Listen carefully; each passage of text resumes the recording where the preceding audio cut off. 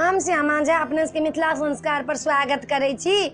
एकटा भोला बाबा के गीत दै छी। भोला गौरी के केना झगड़ा भेलन से गीत दै छी, से सुनू। गौरा जी रूठ गई, मायके चली गई, ताला लगा के कोठरिया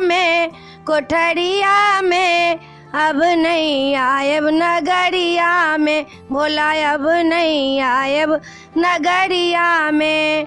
रोज रोज भोला मुझसे भांग पिसवाए, मुझसे भांग पिसवाए। सिल्ला टूट गई, लोरी फूट गई, आ गई चोट अंगुलिया में, भोला अब नहीं आयब नगरिया में, भोला अब नहीं आयब नगरिया में।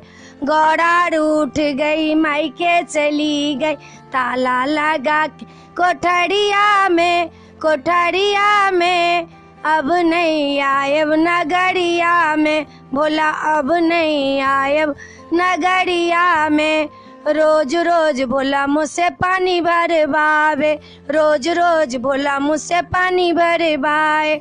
रस्सी टूट गई, बाल्टीन फूट गई, आ गई चोट अंगुलिया में, भोला अब नहीं आयब नगरिया में, भोला अब नहीं आयब नगरिया में।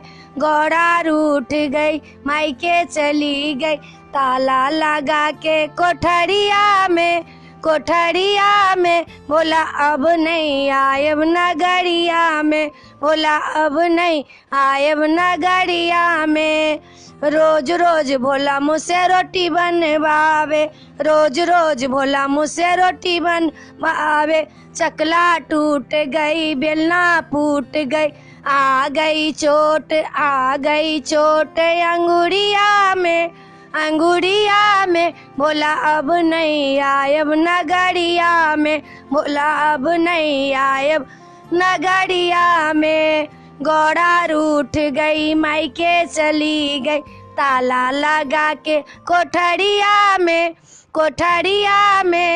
अब नहीं आयब नगरिया में, भोला अब नहीं आयब नगरिया में। एहि वीडियो में एतबे अइ।